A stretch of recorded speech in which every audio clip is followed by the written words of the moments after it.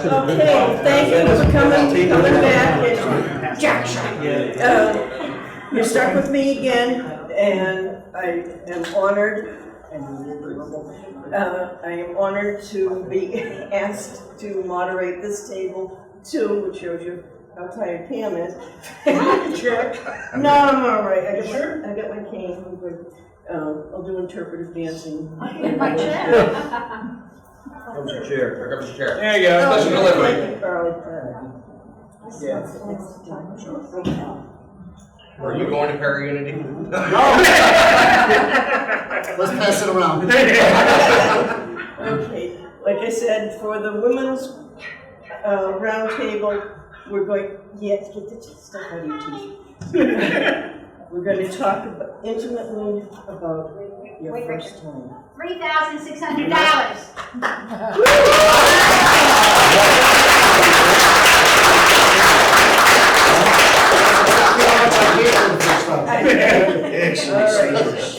Talking about your first time, I'm not talking about what just popped into your head. I'm talking about your first. I'm talking about your first experience with the paranormal, how it changed your life, what it meant to you, and you're here today because you have a passion and you want answers to questions, and they are questions that sometimes you just can't answer. But you're all well known, and for those that weren't here for the last lecture, my name is Ellen McNeil. I'm the founder of Spirits of New England, based out of Boston. Jack Kenna is the closest thing I have to a brother. I love him. Jerk. Yes, I do. Sure. You ruined it. I know it. That's mine. Jerk. Hey, I was officially Somebody here this switched. name. I don't want to hear about it. Jack has been with me for years and years and years, and I trust him with my heart. I trust him with everything that we do, and I know it. Steve, I don't know you. I'm not Steve. No, you can ask that, because I do have Jack Kenna's battery charger at my house that he left behind. I sold it. I got the money. Oh, that's what that is. Yeah, Don't worry. I bought it. It's mine now. It's mine. Don't worry, I found his laptop and hard drive in Plymouth. So that's why I had to buy a new one. Anyway, So you gotta go to her autograph your battery charger. And I have to say, if anybody has seen the movie Nighthawks with Sylvester Stallone, I'm just like, Thank First time I Sounds saw like 20 years old. First time I saw it, I was like, oh my God. One of my favorites. That's gonna explode. Nighthawks, watch it. It's a great movie. Well, that is real. Not so much. So I just want you guys to just start off, introduce yourself, who you are, what, not to each other. Who you are. I can't hear you. Can't hear you. Yeah, where's your mic? Most importantly, it's going to be used as a Where's your mic on? as a Uzi? weapon. And then and a Uzi. Your microphone. I've got a Mr. Microphone too. I know where this is going. I don't think you do. One thing I love about the paranormal and people like this, we're all here because we're going to go down. And we're here because of passion, we're here for the fun, we're here for the camaraderie, and Gina, and We're here for Gina. we're here for Gina. So what I want everybody to do is introduce yourself. What do you do now? What started you on your journey in the paranormal? I talked about my journey on the ladies' table, so I won't put you to sleep. But let's get to know you. Introduce yourself, and let's see how you got started with everything. Jeff. Oh. Jeff. Hi, I'm the janitor here. I don't know who you people are. I was cleaning up and Clean up Told me the to sit down. The bathroom needs all.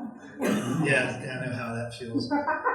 My name is Jeff Lieber. I am what's known laughingly as a demonologist. I worked with the International Board of Exorcists for 14 years. I'm an ordained pastor, Presbyterian. And I started out like all these guys did, you know. First it was just sealing hubcaps. But no, my first paranormal experience, that goes a long way back. I'm 61 years old. I'm 68. So. Oh, wow. Sketchy. Yeah, the first one I can remember, I was just a little guy. I had to be told about this. I didn't remember it. Yeah. Seeing a hat man outside my door, screaming and carrying on and terrified. But the first one that comes to mind that I really remember well, I had come down the stairs of our house. It was built in 1860. I come down the stairs of our house. It was the butler's stairs, down into the kitchen, and I was attacked. I walked into a black fog. I was 8 years old, and I was raised off the floor, choked, couldn't breathe. I'm trying to yell for my mom. I couldn't. My mother walks out into the kitchen. She looks up on the stairs and see what's going on. She doesn't get scared at all. She's not like, none of the screaming, none of the stuff you see on the good movies. She looked up there and she made some very nasty, nasty expletives. And she said, "You son of a, you know what? I told you last time you were here, I was going to kick your ass." And she did. She put her hand up. She started saying a series of prayers. Little by little, this thing started letting go of me. She ran over the stairs, which was quite a task. I mean, she was 5 feet tall, laying down or standing up. She was a heavy woman, but she covered that distance, went over there and caught me before I hit the ground. And I started learning about my mother and what she did. And she was the person that people went to for help. And her mother was the person people went to for help. And now her kids are the people that people go to for help. So that was my first and most frightening experience that I can remember. It felt like it went on for an hour. I know it was probably just a couple of minutes, but I was suspended in midair by this black fog, and little by little it dissipated as she did her thing. And it made me look at her a lot differently after that. You were very lucky to have somebody who knew you. Oh yeah, she was right there. There to support you. Yeah. And people would go to her, and back then they would go to me as a child. Well, about 14 years old, I started helping people. And the one thing that they always said, you guys have probably been there. This is happening in my house. Come and help me. But don't tell anybody. Yeah. Because people think you're nuts. But that's where I'm from. And I should pass the mic over to this large guy.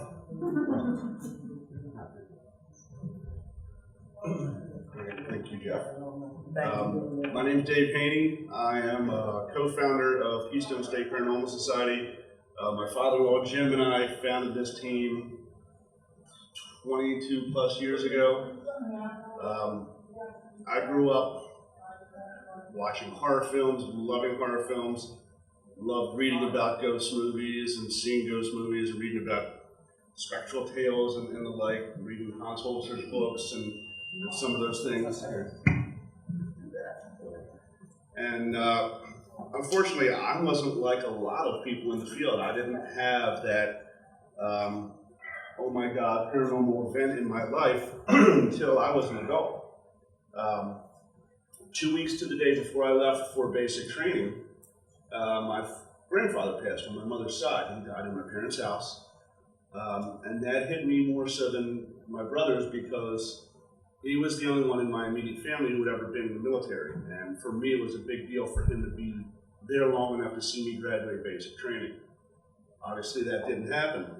So, we go, we have his viewing, and then we have his funeral. The day of his funeral, even though I was the grandson, I was the last one in the room with him before they closed that casket for good. And we moved it out to the hearse to go to the cemetery. And When I was young, him and I would sit, this is probably dating you a little bit, but we would sit on the porch and listen to Orioles baseball games on the radio. And he would drink his beer, and I would sneak his beer. I would sneak his cigarettes. He got mad about that one, actually. Not the beer so much, but it was too much smokes, yeah. So, you know, him and I had a very special bond. So the last thing I did before they closed the casket was I took a pocket calendar of the Orioles schedule that year, and I tucked it in his breast pocket of his flannel shirt that he wanted to be buried in. And I said, you know, I'll be listening to the games thinking about you, Pop. And I could have sworn that I heard him say, I'll watch you cross that stage. And I'm looking around thinking somebody else is in the room, and one of my brothers is effing with me because I'm the youngest of 3 boys, and you know, the youngest always gets picked on, you know, incessantly. So nobody else was there.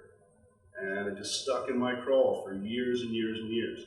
And I read everything I could about the afterlife and the paranormal, and I did everything I could to check out these ghost walks and tours and things like that. But I didn't know anything about going out and actively investigating them. And then years later, my wife and I get married, and we move into our apartment in Owings Mills, Maryland. And Jim and his wife come over for dinner one night. I remember it was a Wednesday. And Jim sees all my books on my bookshelf, Ghost this, Ghost that, Supernatural, Afterlife this. And he didn't say anything. He calls me the next day, and he says, I saw your books. I didn't know you were into that kind of thing. I said, yeah, I love that stuff. He goes, well, this is how far back this was. The International Ghost Hunter Society is having a paranormal convention in Gettysburg this weekend. Would you like to go? And I said, absolutely. And he said, good, because I've already bought tickets. So we went, and, you know, we didn't know if we're walking into like a Star Trek convention, should be wearing costumes and chains, we didn't know. And what people who aren't in the paranormal field think of as a normal career, that was the people that were there. Doctors, lawyers, one circuit court judge, just anything that you would look and see, and like I said, your normal person would say this is a respectable career. They were all there, and they were all very welcoming, and they were all very nice, and we didn't know anybody there, and we struck up a conversation with this one gentleman named Davey Weaver, who lived out near Effort, I believe, and he lives on haunted Native American grounds. He's got his own sweat lodge out there. We've been out there, and it's fantastic. And so we just started talking with him. I mean, we didn't even have a recorder at this point. And he says, here, I got somebody you guys need to meet. And he introduces us to Dr. Dave Oster and Dr. Sharon Gill, who were the founders of the International Ghost Hunter Society and had been countless documentaries and all this stuff for years. And by the time that day was over, Jim and I had been invited to do an investigation with them at a private residence that night. And we couldn't believe it. So, you know, it was from that point on, Jim and I decided if we're going to do this, we're going to go all in, and we're going to do exactly what was done for us. We're going to pay it forward. So we're going to take people on their first investigation. We're going to show people how this is done, how we work this piece of equipment, explain it, not dumb it down, but explain it so they can understand it and help them answer the questions they have. And you know, we started for 10 plus years, all we did was Gettysburg and Antietam and Harper's Ferry. Round robin, because that's all we knew. And after about 10 years, it just was just stale. You know, the same 3 places. We didn't know there were places you could go and rent and sleep in all night and actively investigate. And then one afternoon, Jim's scouring the internet and finds a place called Bel Air House in Bel Air, Ohio. So let's go do it. All right, we drove out there and we met our friend Mike Simpson out there that very first time, and Kristen Lee and Lowell Carter and Rick Hodges, and all of our chemistry worked, and we had one of the most amazing paranormal weekends to this date that I can still remember. And since then, to say it reignited a candle would be an understatement. It's more like it hit us like a flamethrower, and we've just been hot and heavy ever since. And we've changed from going into a place and finding out, why are you here? Why are you bothering these people? Or why are you stuck in this place? To how can we help? What is it you need from us on our side of the veil? And once we, I want to say, grew up paranormally and started that style of investigation, our chemistry as a team has increased, and the amount of activity that we see and record and data that we collect has jumped tenfold, because our energies are perceived by spirit in a helping way, and they're more comfortable opening up to us. We found Pam and Steve through some other friends back in the old red store. We started hanging out with them and doing some things, and then we moved up. Jim moved to Chambersburg, I moved to York, and now I'm over in Chambersburg. And Pam and Steve have just been so kind and introduced us to so many people like John and Jeff and Jack. What is it? I know, what is it with you, Jake? Wherever. Dave's the oddball. And then this past year in February, we were lucky enough to become business partners with Pam and Steve, and I don't want to say create, but open up the historic 1912 Hoover House Bed and Breakfast to the paranormal community. And in just the short time we've been there, we've seen and recorded and achieved some amazing things that's only going to get bigger. So that's where we're at now. Awesome, thank you. I'm nobody.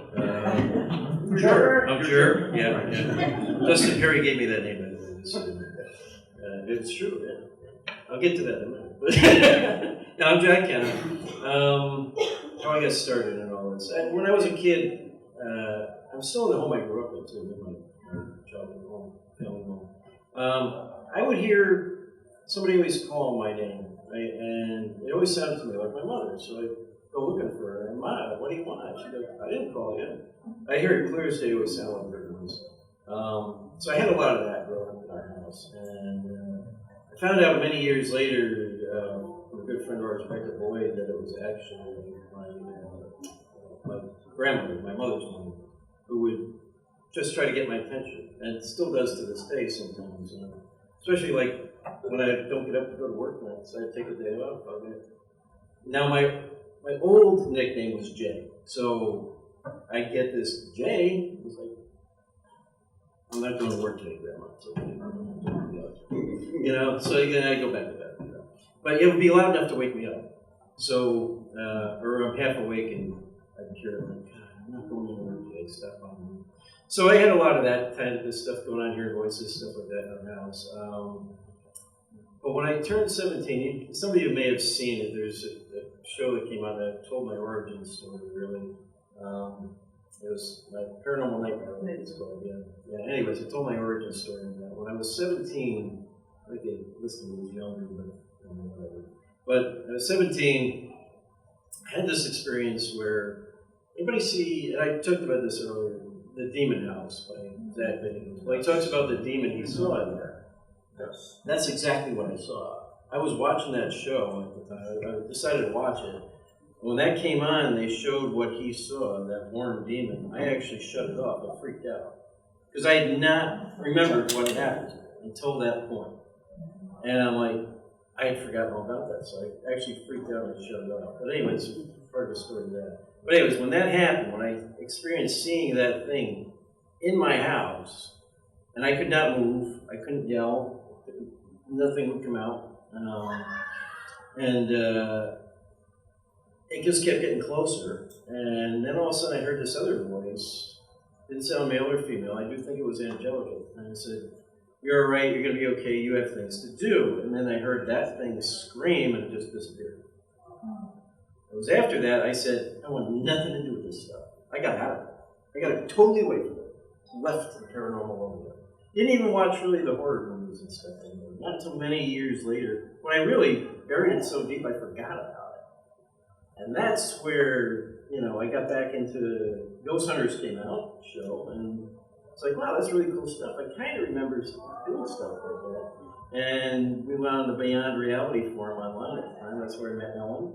And then we met at one of the TAPS events, and I became part of Spirits in New England. And I won't go into the bird story, you covered that. Yeah. First time I met her, she's covered with blood and feathers and a beak, and it's like, Jason and Hawes and I are standing on the doorstep of the inn that they had there at the time, yeah. And so we're standing there, and I see Ellen get out, and he looks over at me, he goes, is that Ellen? He goes, yeah, I figured. Covered in feathers and stuff. So it was funny. But that's how we met. That's how we met for the first time. I still gave her a hug. And he still gave me a hug. I still get a hug, blood and feathers and all. So we've been part of the Spirits of New England ever since. But again, go forward, we've been covered a lot. We've done a lot on that team. We started off by always, and we still do. We do a lot of residential cases. We don't go to a lot of the well-known places to investigate. Yeah. We really got into doing the residential because of tax. And we wanted to kind of do what they were doing and help people. And we still do to this day. And but so we going all this way, been on TV shows, all that stuff. Yeah, I'm sitting there one night watching that show, that Demon House, and I saw that thing, and I freaked out and shut it off. I couldn't watch the rest of it. And it was a week after I kind of dealt with that, I remember, a week later, I get a call from the production company I work with, and they say, Jack, we wanted you to tell your origin story. And I'm like, that's good because I just remembered it. So I had to do a whole write-up on it. Actually, writing it was kind of freaking me out as I was writing it because more and more came back to what I remember happening. So anyways, if you watch that show, if you get a chance to watch it, that's my actual origin story. Again, it got out of there completely. And I didn't go back into it. I was 17. I didn't get back into it. I think it was 40 when Ghost Hunters came out. That's how long, before I got back into it. Yeah. And now, I got old. Dark right. And since then, we've done a lot of different things. And I'll be honest, I never, for the first, I don't know how many years we investigated, I never came across anything I would have called demonic or evil or anything like that. No. Until the last, 5-6 years now. All of a sudden I started getting demonic cases. And I found out somebody I knew prayed for me to get them. Nobody in here, trust me. He was a priest friend of mine. And I said, why would you do that? He goes, because you can help people, you can handle that. I'm like, that's a lot. So since that time, about a year after he was doing that, I started getting actual demonic cases. And you can tell the difference. And it's not what you think. Not a lot of stuff happens. When you go in to investigate it, you would think nothing is going on. Nothing at all. And it's not until you have these little things happen, like you try to get there and your GPS tells you it's a different day and tries to make you turn around and go back home. Oh yeah, I've had this stuff happen. Or it reroutes you. Tell them about Your car breaks down. Car breaks down. what happened in London. Oh, well, yeah, but that was, I don't know what that was. I really don't know what that was. But that actually had to do with a human spirit trying to get our attention. And we did this investigation we were doing this. And something else was coming through, and we didn't really realize what it was at the time until I had an accident on the way home. And I wiped out my car. My car's Dodge Charger. Not good. Anyways, it got repaired, but I hit this thing in the road. It turned out to be the bumper, or part of a bumper of a semi-truck, and it was like 6 feet long, about 3 feet wide, about the size of a person. So I get home, and I'm going through some of the evidence and stuff, and we had some words coming through one of the devices we had, and I put those words, said police, hit, it was a name, Garcia or something like that. So I put those words in, and this accident report kept coming up. No matter how I put the words in, it's the same accident report. So I said, maybe I better read this. So I read it, and about this guy. He was less than a mile from the place we were investigating in Mendon. Literally less than a mile. Almost a straight road out from the library we were investigating, which was an old church, by the way. He'd been hit in the road by a car coming around to the blind corner. He was killed instantly. And turns out, so we had police, we had hit, we had hurt, pain, and then we had this name Garcia. It turns out, in the report, the witness to it, his name was Garcia. I'm like, holy, so this guy's trying to reach out. I think he was with me on the way back because it's the only investigation. We had a lot of crazy stuff happen at the end. We couldn't lock one of the doors. We finally got it locked. So I just, instead of clearing myself before I left, I just got in the car and drove home. Yeah, we had an elevator come down and, it wasn't supposed to be working. The guy's like, that's shut off. It shouldn't work. But it came down and it's on. Yeah, literally, the power was shut off. So, but anyways, I'm like, that son of a bitch was with me on the way home. That happened, that accident happened, so I would connect to him. And that's the reason I was like, because when I hit the road, I literally had moved over just the lane to get off my exit, and there that thing was right in the road. Literally just immediately in front of me, just like the girl who hit him. She came around the corner, there he was, boom. He's dead. So I hit this thing that's about 6 foot long, 3 foot wide, about the size of a person, right? Yeah. So, State troopers. yeah. We're just going to stick that up. Yeah, it was a funny thing. Yeah, funny to them, maybe, or not to me. Not to them. Actually, he felt bad, and Stephen felt bad. Because there was a U-turn right next to where I hit the thing, and he goes, I see the trooper coming up behind me. I said, oh, I know why he's coming up. I said, he gets out of the car, he's, you okay? I said, yeah. I said, I know why you're here. He goes, yeah, we were about to get that off the road. I said, yeah, I got it off the road for you. Thanks a lot. So, yeah. No, it was right under my car. I couldn't get it out. It was jammed underneath it. So anyways, so yeah, we got home and stuff like that. But it goes to show you that weird stuff happens. And now we're, like I said, we got into the point where, running into these demonic cases where even not too long ago did an actual exorcism. Actually, Ed, my friend Bob here, he's on my Redstone Paranormal team. He came with us to it. I didn't know what was going on at the time. It took about almost 8 to 10 months to figure that out, that it was actually demonic. There's things you do.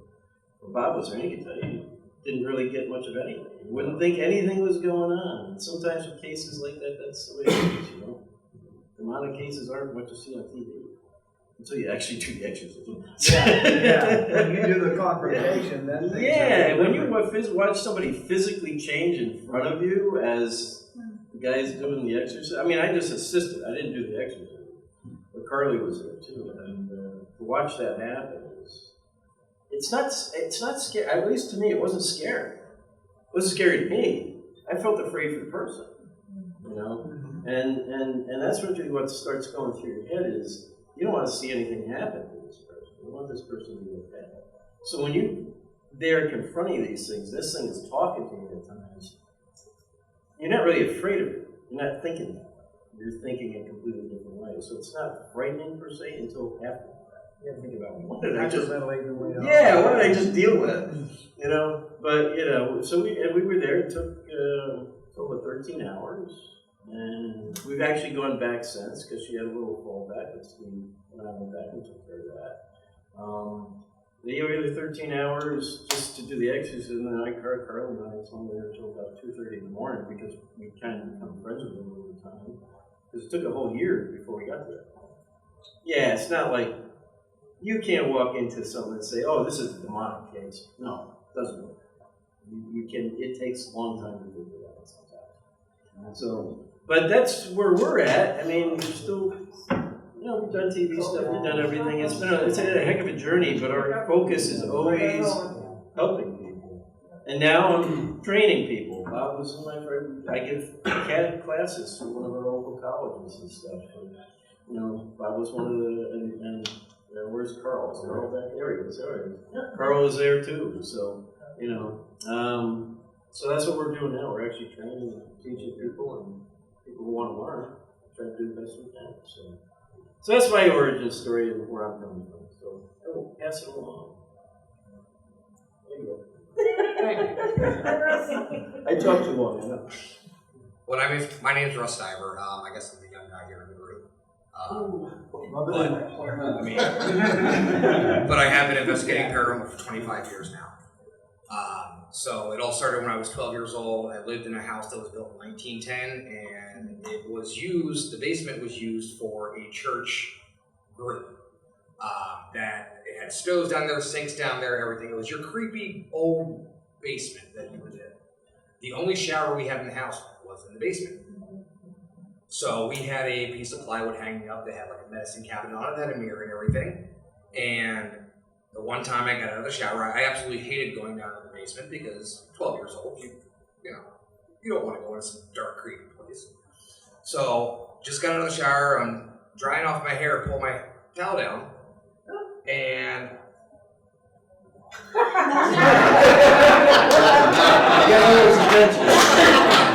I'm very visual. but in the mirror, I see my great grandmother standing there, right behind me, and she looked like Yoda. I'm not kidding. She was a very wide-eared, very old, small woman. Scared the hell out of me. Ran up the stairs, told my dad what happened. He's like, "Oh yeah, I saw her last week."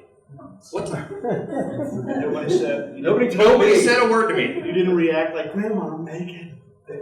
I didn't know what to say at the point. Like, I was just, What kind of Yeah. woman was she? Why did everybody shower? it was Ellen reincarnated.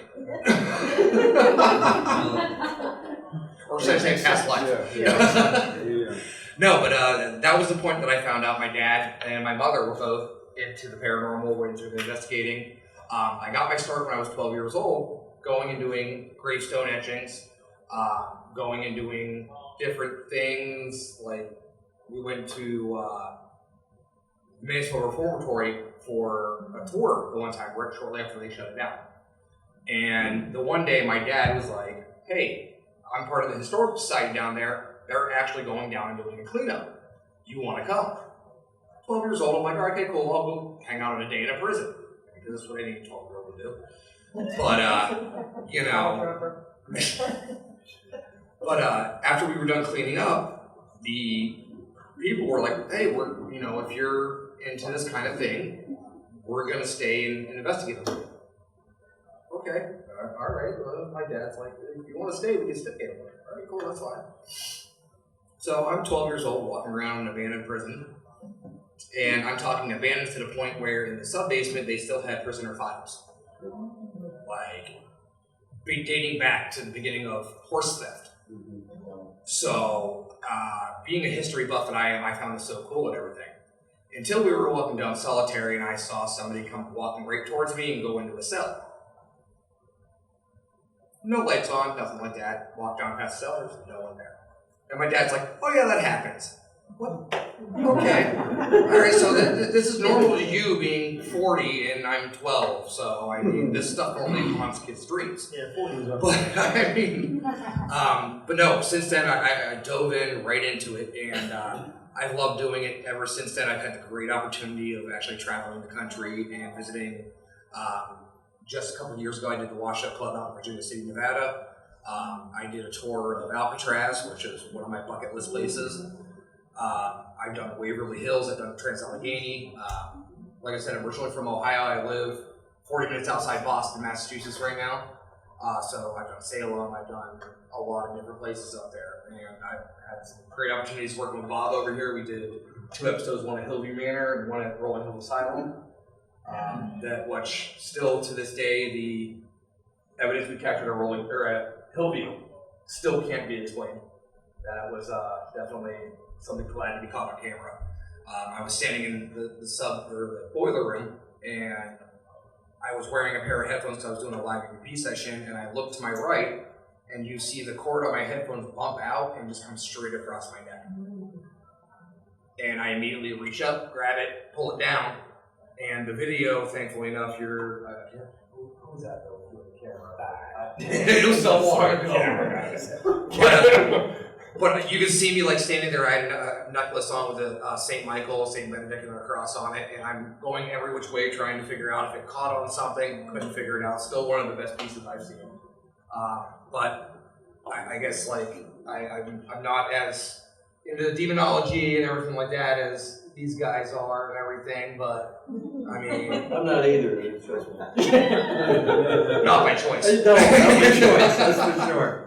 But no, it's actually been a really great opportunity. The paranormal field introduced you to so many great people, and you develop so many great relationships with people, and it's definitely a family. It really is. So right now, I'm just an independent investigator. I come and do events like this. I do investigations when I get invited to things, and I go on from there. So give it over to Bob now. Thanks. Hey, don't worry, that demonology stuff, it's not scary at all, and it has no lasting effect whatsoever. Next case, call me up. Okay? I'll let you go with my points. It's my bucket list. No. How you doing? Check.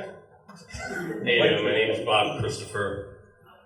I have been a paranormal investigator since the early 90s. I founded a group called NEPA Paranormal, owner-operator of Vortex Ghost Gear. I've done over 100 episodes for the TV show called Ghost Detectives. I am also co-owner of Ghost Gear Excursions, which takes people to all the haunted places around here for a fee, of course. But anyway, and in my other 40 hours, I'm a diesel mechanic. But what got me into paranormal is my voice is gone. When I was a kid, I grew up in probably the most haunted place I have ever been in. I mean, it was a classic haunting. It was doors slamming, chains rattling, beds levitating, items missing. I mean, it was just the craziest place you could ever imagine. And it was scary, you know, growing up as a kid, because back in the 70s, this stuff, like it is now, was taboo. I mean, you couldn't go to your neighbor and say, hey, I got something going on in my house, and if you want to come over, they'd lock you up. You know, you go to your priest, and they just say, you're nuts.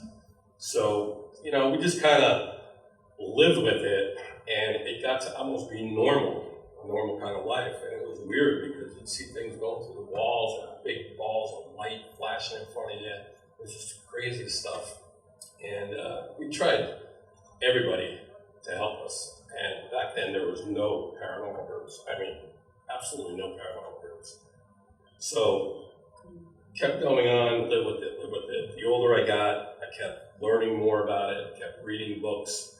And in the early 90s, I started NEPA Paranormal. And at that time, I vowed that I would go around helping people with all the paranormal problems. Anything that I could do to help them. I wasn't an expert by no means, but I could maybe give them some answers to stuff. Whether it was a haunting, or, you know, we go in and we try to debunk stuff all the time and just give them some kind of peace of mind. And that's pretty much how I got started.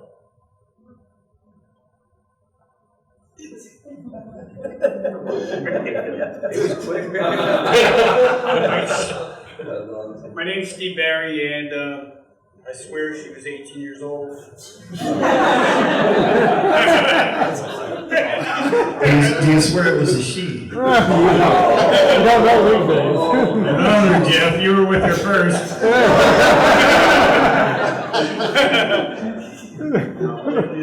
I got into this with my mother.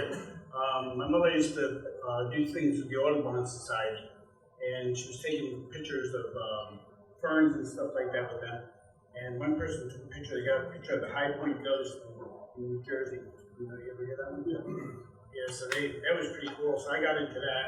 Then my mother used to do grave rubbing. So they had a thing, the Audubon Society, who can get the oldest grave rubbing stone? And we came in second place. But we were inside the graveyard. I'll never forget, she walked way back in the woods. We get way back there, and it's just me and her. She's rubbing the stone with that chalk stuff, whatever, pencil, whatever it is. And all of a sudden we hear, get out. And she goes, oh, that's really funny, Steve. I said, I didn't say nothing. And I said it again. And she goes, I think that's enough. And I think she only got like half the stone. We left that there. But that's how I got into it. Then I started building gear, Vortex Ghost Gear.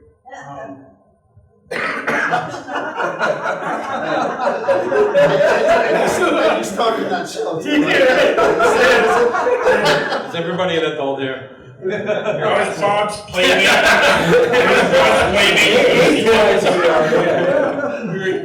was your playmate in Ghost Detectives, right? I was supposed to tell everyone that one. We did start together. Yeah, we did. Yes, we did. So, yeah, I did that. Then I did a TV show called Paranormal After Party. That took us out when I had cardiac arrest in 2015. I passed away. Came back, shot back 53 times. Survived that. Then this year, I had a widowmaker again in January. And passed that. Then I had 4 ablation.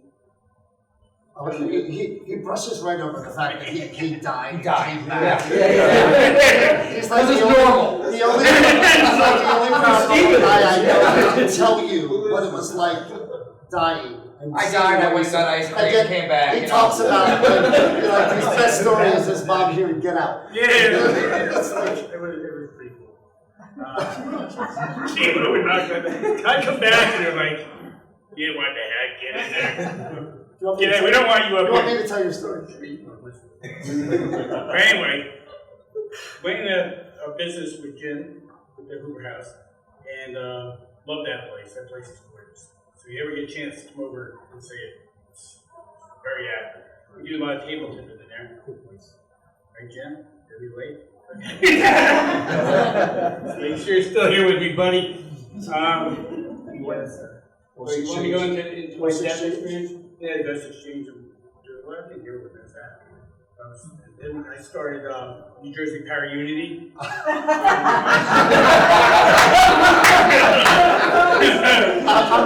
I'm in the bathroom. My hands got really full, so I gave it to John. I'm in the bathroom and I'm in the stall and I hear someone come in and go, hey man, you want to Para Unity? And I'm listening and he goes, yeah, I hear an asshole once that thing is. I said, yeah, it does, and you're right. Russ was Guilty. Because those are real assholes in New Jersey. He's going, they only hear it from the stall. Yeah, they are.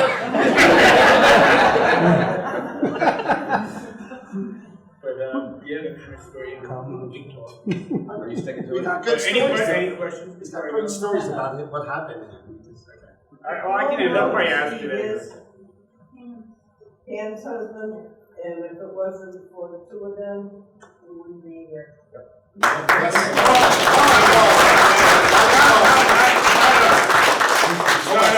It's you. Because if you guys don't come, we have nothing. So you guys are actually putting this on for the PA Wounded Warriors, you're putting it on for the kids that are sick. You're putting on, the thing I ask, and people miss a lot here, is that black truck that's out there. Blackout, right? If you guys can give to Blackout, it's great. He drives that every year over here, and actually, hardly gets anything. People just forget him out there. We're forgetting our veterans, and that's what that truck stands for. That's why it's here. It's here every year. He hasn't missed a year yet. So please see him. And his Get health a shirt. is bad. Oh yes, yeah. He's not the best health. He drives that truck over here from West Virginia. So the fuel costs, everyone knows, fuel's up. So to bring that truck over there costs him a lot of money, but he still comes, no matter what. You were here because you're adorable. I'm here because you guys are here. If you guys weren't here, we wouldn't have this. I don't feel special anymore. Work with him every day, the normal wears off real quick. Spend a weekend with him. He does play good music. I'll be playing tonight. Margaritaville out in the patio. We're good at that. Anyway, I'll go fast. So I'm not going to take a lot of time. I'm Steve Barry. I'm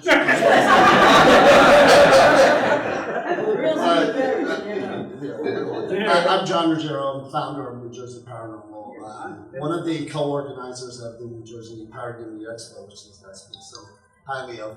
I'm kind of like Dave in my story, and that's why I was listening to you. I never heard your backstory, whatever you want to call it before. I would listen to guys like Jack and the rest of you guys, and I would hear the stories, and I'd go, man, you know what it reminds me of? Like, you ever watch the X-Files? Like, Fox Mulder got into it because his sister was abducted. I'm like, they have great stories. I don't have them. I wish I did. I could borrow them. Like, I'll combine them. But my story and my interest in the paranormal was honestly fear of death. Someone close to me died when I was young, and I was not coming from a religious background. I'm Catholic because I was baptized, but my mother still before she passed, we would go to church. I don't know the Our Father. I could get about halfway through it, and then I lose it. She always whacked. You should know this by now. And I'm just not a religious person, so my beliefs in death and the afterlife don't come from the Bible or just faith and blind faith of religion and what they tell us.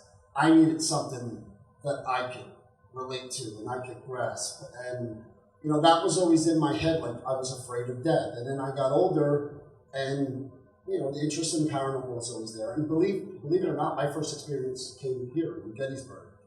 Chris and I are together, we've been together for a long time. This is back in the early 90s.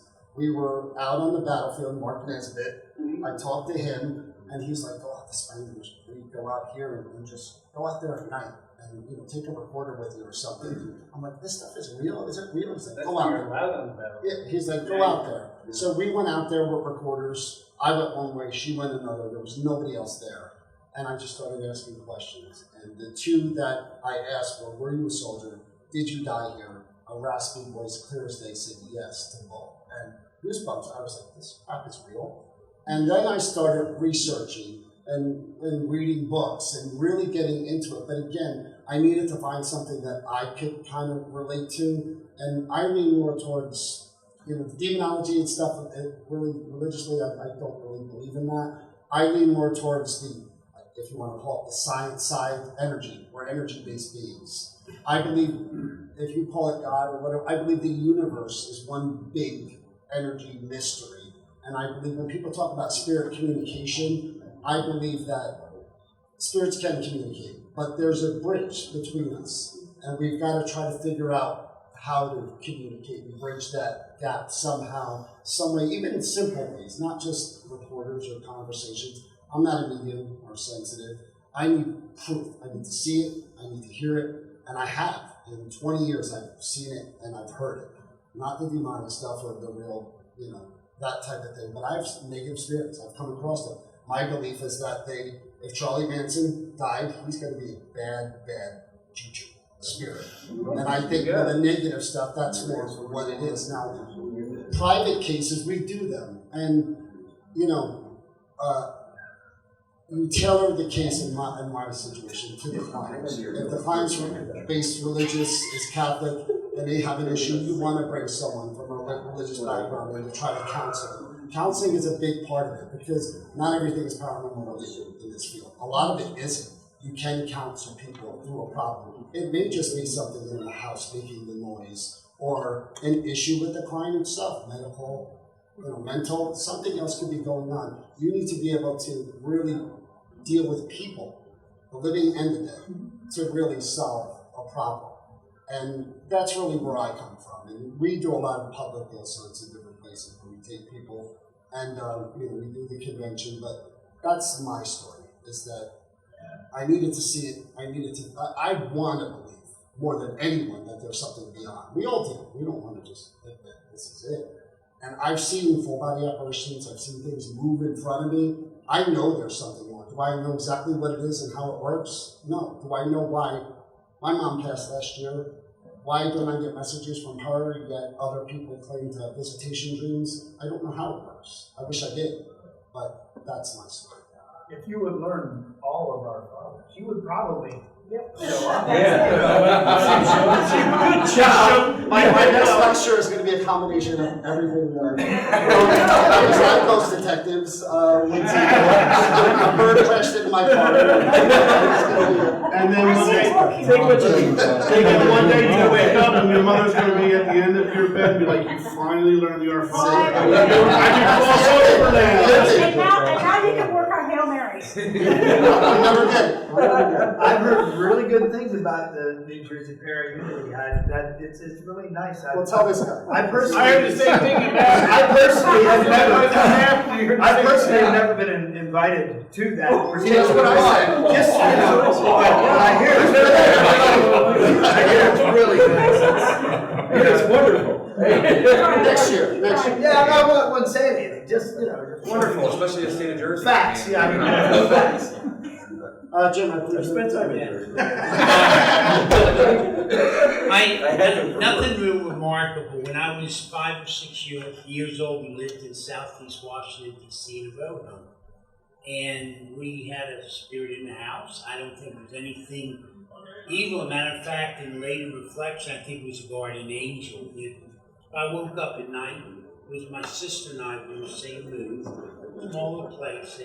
At the end of the hallway, there was a chair right outside a small kitchen. If I woke up and the house was dark, I could look down there and there was this glowing form on the chair. And if I continued to stare at that, we'd get up and slowly start walking to the bedroom where we were sleeping. And most of the time I'd wait for him to get halfway down the hallway and I'm under the covers and wake up in the morning, you know. And one time I was really bold and I waited till he got to the edge of the bedroom. And I go under the covers and then my heart's beating a mile a minute. And when I came out under the covers, he's standing next to the bed. Well, I just screamed, the gray man, you know, my parents come running in, just keep dreaming about, you know. And I thought it was a childhood, something fantasy. Years later, I have a sister 2 years younger, and she poses up and says, "You remember that gray man?" "No, I don't. Tell me about it." And our recollections were very similar. So, you know, I have no doubt there was an entity in that house, but I also think it was of a kind and gentle nature and probably checking on his kids. My big thing, in 1959, Frank Edwards wrote a book, Strangers in Science, collection of stories from all over the world. And I'm reading them like, holy crap, you know. So I actually delved into several of the stories, did a little bit. And I said, yeah, no, there's some newspaper articles. I said, this guy isn't making this up. So that's pretty much where it all started. As Dave said, we got the thing that just so amazes me, I've come in contact with so many people with different skills, abilities, and I try to learn from all of you. I mean, people try this, I'll read that, and I sort of put it in and apply it, and the results have just been fantastic. Not everything works, but for instance, a couple quick stories. A friend of mine has a museum in the Moundsville, West Virginia area, and it's basically it's for haunted article. And he had asked me, he said, "Do you know anybody up in Philadelphia?" And I said, "Yeah." And he goes, "I'm looking to get some soil from the cemetery up there." And I said, "Let me check." So my wife helped me. H.H. Holmes, the famous, serial killer, they had done a show on TV. It was American Ripper. And I guess they had theorized he was maybe Jack the Ripper. And they had dug him up. They got a court order, dug him up. And so they had reinterred him. So now the dirt was down there at his grave is up on top surface. And he says, "Can you get me some of that soil?" So it's unmarked. And it's, they put it in a cement box so nobody bothers them. So my wife helped me. She's good in genealogical research. So we brought 2 plots. The grass was only about half grown from the rest. This was like, after the show. So I said, "Yeah, this is right." So we were able to trace back some photos. And I said, "Yeah, this is H.H. Holmes." So I'm sitting there just for the hell of it. I'm just trying to had a FASMA box, had my little laptop, and I plopped down on this. And so I dug up, I actually took pictures. I said, "I know this guy will want evidence. This is indeed." So I put a baggie full of this dirt, already had the post office box set up to mail. And anyhow, so I plop on the plot, turn on the FASMA box, and I "H.H. Holmes, are you here?" And it ain't like 2 minutes later, a voice comes over and says, "I'm here. I'm always here." And I'm like, no shit. I'm there, and I'm like, and so I'm like, here's a guy, man. I said, "What are you singing?" And so I'm like, "Do you want to go be called by H.H. Holmes or Dr. Mudgett or what title, sir?" "Holmes is okay." And he was very, very unrepentant, very arrogant. Then there's a woman buried in front of him, and then she has a marked red. All of a sudden, a woman's voice comes over the box. "He's a monster. He murdered children." Just like that, clear as day. And I'm like, whoa. So with all of it, I wound up doing about a 40-minute session. I got all this recorded and everything. Then the cemetery was closing. So at the very end, I'm like, you mind if I come back and visit you again, Dr. Holmes? And he goes, that's okay. And he did say, about the most reconciliation, I said, were there any murders that you regretted? A few. I mean, it was very short and terse, but I mean, it was very chilling to hear his response. So I'm like, holy Moses, this is... So the next, not too long after that, I'm out in California, and I'm in a small cemetery where Marilyn Monroe's buried and Natalie Wood. I had the greatest 30 minutes with Natalie Wood. And it was so wonderful. She identified, not that way. She identified her parents. She sounded pretty good. That's already on the internet. She was at peace. I mentioned to her how she was still making headlines. She was very flattered by that. But this is the thing that blew my mind. I'm sitting there and I sort of laid out the way we've heard events happen. And she goes, I said, is that pretty much? And I said, so what was the big fight about? And she goes, an affair. And I said, oh, an affair, so I'm figuring she had verified Christopher Walken was there. I said, oh, so you and Christopher Walken? No. And I'm like, no. And I'm like, was someone else on the boat? No. And then I'm like, you don't mean yes.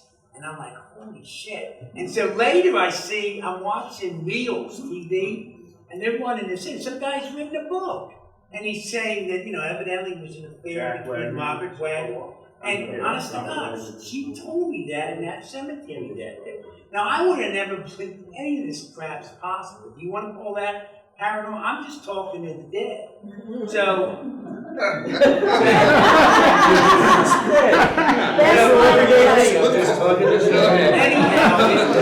really changed. By the way, Marilyn came out. She said she'd been murdered, but she would not identify who. And I asked her a number of things. She was not at peace, and she asked me to say a prayer for her, which I did, and she thanked me and called me a pastor. But anyhow, to end it all, ran into this nut job. And down there ever since. We started on the lookout house, and next thing you know, the spirits at the lookout house have just embraced me. My God, I've got a lot of orthopedic issues and all that. And every time I go in there, I'm feeling better. They're helping me out, getting me around, and they're really speaking to us. Then we got with this table tip, and we never, and next thing you know, that we tried to get that fell through, and then this Hoover house, it was meant to happen. The spirits have been working with all of us, and I'm telling you, if you haven't had a chance, we've been hooking up with everybody's parents, aunts, uncles, whatever. I had today, during the show, 7 or 8 different people who've all come by, done the table tipping, and just had really amazing. They said, no, I know that was my mother, right? And I totally acknowledge the negative, and I totally accept it. That's not our forte, and I really have no business battling that stuff. Our forte is to work with the lights, and let's face it, the majority of the spiritual world is indeed bright lights, and I think the world's so full of damn negative crap right now. It's our hope at the Hoover House, and I think I'm being legitimate to bring that light and energy and love. They keep constantly testify that life is eternal, love is eternal, families are eternal units. And that's what we're trying to present to the public at large. And this whole, I thank everybody for all their contributions in this field. It is truly a wonderful field because this helps us all fulfill our life's path, whatever that is. And I thank you for the time. Thank you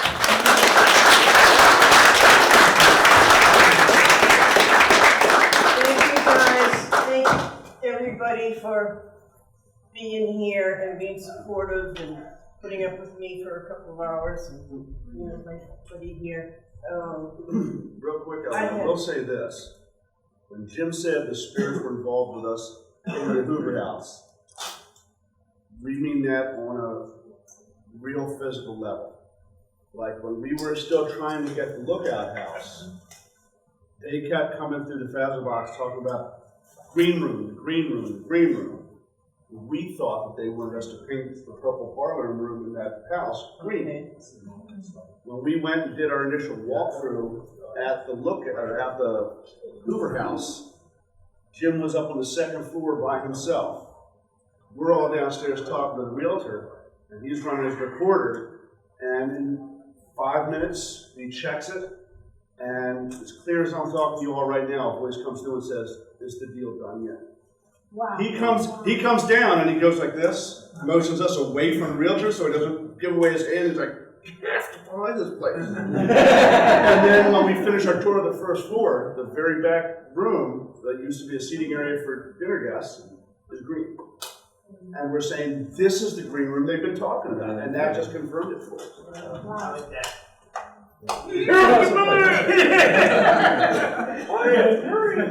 Again, thank you everybody, thank you guys, and That will be the Friday. Sebastian. Absolutely.